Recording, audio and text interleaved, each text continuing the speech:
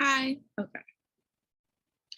Hello, everyone. My name is Dolly, and in today's video, we'll be talking about microaggression and gaslighting, especially with Black pregnant women in hospitals. This is for my general communication class. Thank you so much for watching, and let's get started. First off, what is microaggression? Microaggressions are defined as the everyday, subtle, intentional, and oftentimes unintentional interactions or behaviors that communicate some sort of bias towards historical marginalized groups.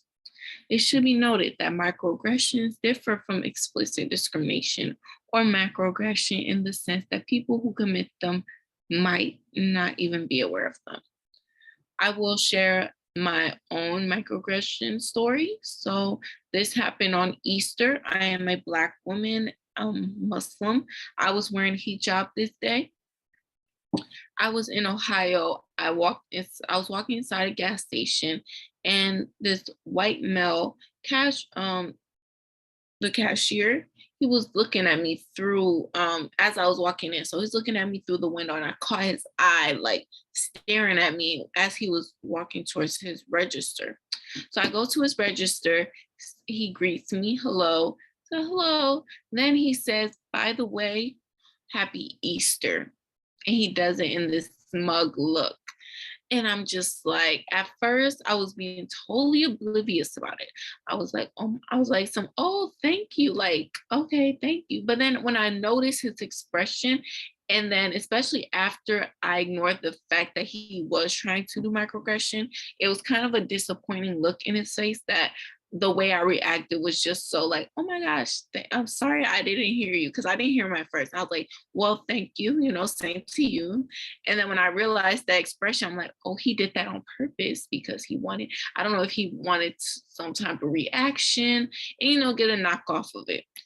So as I go to the car to share with my friend, she tells me, welcome to Ohio. She's Black Muslim as well. She said at times she has to wrap her hijab into a turban because sometimes she wouldn't even get help in certain, like, say hospitals. Say she needs, like, she has an emergency, she goes to a hospital, she has to wear a turban just so they can help her. So that would be in line as microaggression because it's not as macro, but that it was like discrimination towards you. You know what I mean? So gaslighting. So gaslighting is seen as manipulate someone by psychological means into doubting their own sanity. So the young lady is expressing her feelings, how she feel bad about what the other young lady said earlier. And the other young lady gaslights her by saying, why are you so sensitive?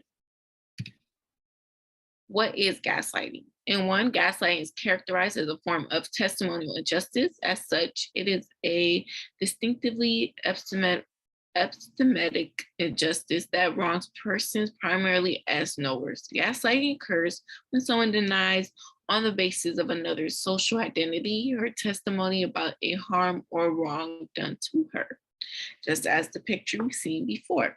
The term gaslighting aligns with microaggression because usually the gaslighting happens after the microaggression when you call on it.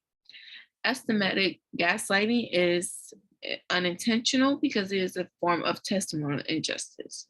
Manipulative gaslighting is considered intentional because the manipulator always has an aim. This person attempting to get you to do or to feel something. How are women affected by this? Women must work twice as hard with no acknowledgement and unable to grow within any spaces that might seem masculine, even if it's well-deserved. Oftentimes, women feel that flagging what is happening to them would be seen as being overdramatic, so they just do not. The predator retains complete control, and the victim is left to contend with the feeling of undermining. The result of psychological oppression is in women remain higher than men because of gaslighting, misogyny, and microaggression. Now, how does this correlates with Black women and the child mortality rate? Comparatively, Black women have the highest child mortality rate in the United States. And that through research is seen because a lot of times Black women are seen as being strong and can handle anything. So whenever they go to a hospital complaining about anything that's going on with their body, or if they don't feel like something's right with the baby, the doctor usually tells them that it's nothing, they can handle it, just go back home and rest. When it's time for labor, it's like a lot of times they will go through something traumatic through their birth, and either the baby's lost, they lose their own lives, or both. So other countries do not have this high risk of Black women dying during pregnancy and childbirth. This multifactorial issue of PRD cannot be explained without considering social and medical challenges, which contribute to a higher rate of death in a prenatal, delivery, and postnatal periods for Black women. Previous content analysis of racism, sexism, and poverty have quantified the treatment of Black women. Statistics. The United States has one of the highest maternal and infant mortality rates among comparable developed countries. The rate is about 3 to 4 times higher than any other race ethnicity in the United States, has been recently reported to increase in recent years.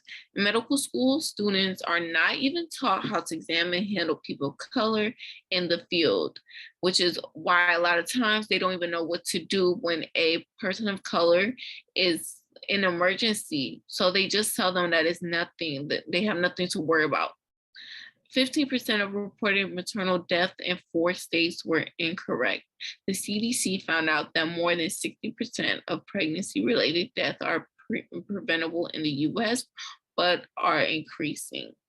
So now, in recent years, it has been correctly reported of all women in infant mortality rates, but beforehand it wasn't correctly reported. So all we can know is that if it was increasing, decreasing, we wouldn't know because they weren't correctly reporting how many deaths are happening in the United States with the baby dying, the mother dying, or both. Last remarks, in general, the child mortality rate should not be as high as it is in America and could be brought down. However, no changes are being made for that to happen. Black women are not able to prove complications during birth because of gaslighting by non-people of color doctors. So Black women are exhausted because of the fatal outcomes of racist medical practices, and we need to achieve a better and safer experience for them in the future. Here are my references. I really hope you enjoyed the video and learned something today, and be safe if you are a woman and you want to be and you plan to have children in the future. If a doctor tells you, oh, don't worry, you're okay, go to a different doctor just to be safe, just to be sure, because anything can happen. And as you can see, it has been increased, especially for my Black women out there. Thank you.